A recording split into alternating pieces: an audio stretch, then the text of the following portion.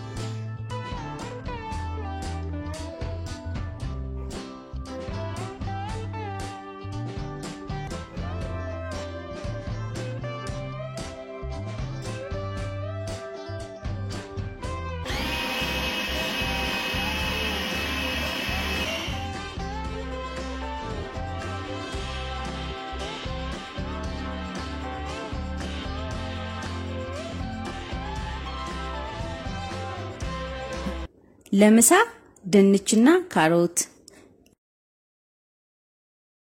ከድንች ስንጀምር ድንች ጤናማ ካርቦሃይድሬት አለው። ይህ ካርቦሃይድሬት ደግሞ አንደኛ ልጆች አቅምና ኢነርጂ ኖሯቸው ለረጅም ጊዜ እንዲቆዩ ይጠቅማል። በተጨማሪ ለእድገታቸው ጠቃሚ ነው። ሁለተኛው ልጆች እንዲወፍሩና እንዲፋፉ ይጠቅማል።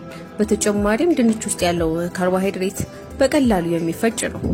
ስለ ውፍረት ካነሳን በድንች ውስጥ ያለው ካሎሪ ልጆች ክብደታቸውን እንዲጨምር ጠቃሚ ነው። ሁለተኛው ድንች በውስጡ ቫይታሚን ሲ፣ ቫይታሚን ቢ6 አለው። ይህ ደግሞ የልጆች የበሽታ መከላከል አቅምን ይጨምራል። ለእድገታቸውም በጣም ጠቃሚ ምግብ ነው። በውስጡ ያለው ፋይበር ደግሞ ምግቡን ለመፈጨት ቀላል ያደርገዋል። ሌላው አለርጂ የማምጣት እድሉ ዝቅተኛ ነው። ካሮትን ስንመለከት ካሮት ከሌሎች አትክልቶች ጋር ሲነጻጸር ከፍተኛ ካሎሪ አለው። በዚህ ምክንያት ልጆች ካሮትን ሲመገቡ ከፍ ያለ የካሎሪ መጠንን ያገኛሉ። ይህ ደግሞ በጤናማ መንገድ ክብደት እንዲጨምሩ ይረዳቸዋል ማለት ነው። ካሮት ቫይታሚን ኤ አለው። ይህ ደግሞ በሽታን ለመከላከልና ለአጠቃላይ የልጆች እድገት በጣም ጠቃሚ ምግብ ነው ማለት ነው። ሌላው ካርቦሃይድሬትም አለው። ካርቦሃይድሬት ለልጆች ለመፈጨት በጣም ቀላል ነው። ከዛም በላይ ግን ካርቦሃይድሬቱ እንደ ካሎሪው ክብደትን ለመጨመር ይጠቅማል። ድንች በካሮትን ከ6 ወር ጀምሮ ያሉ ህፃናት መመገብ ይችላሉ። ወደ አሰራሩ እንሄዳለን።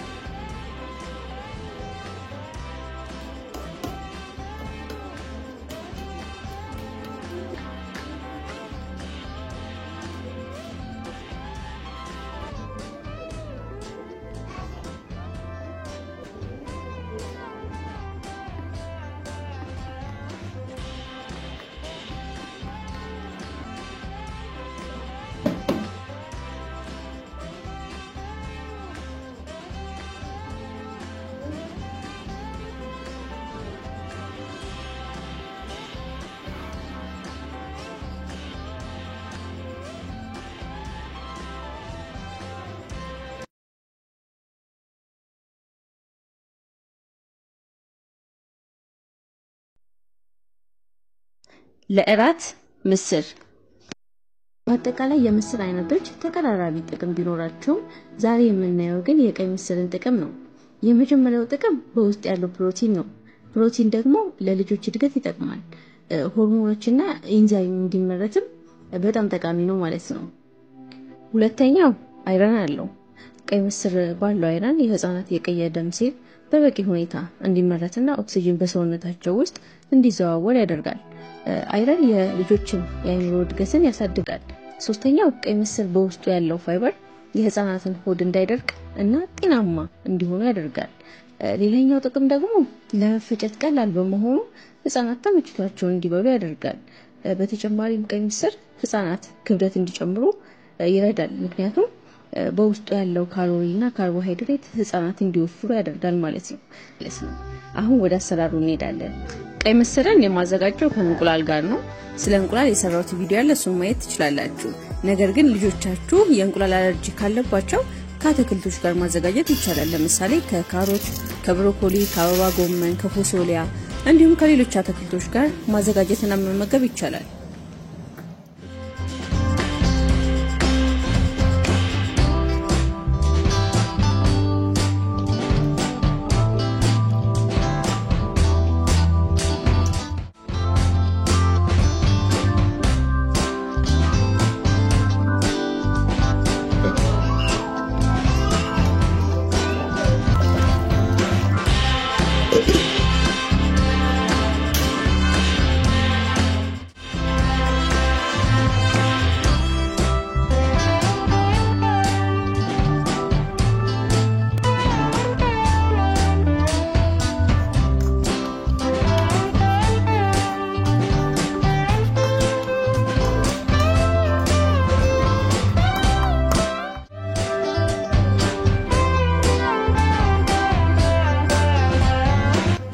ይህ ቪዲዮ ለብዙ ወላጆች ይጠቅማል ብዬ አስባለሁ።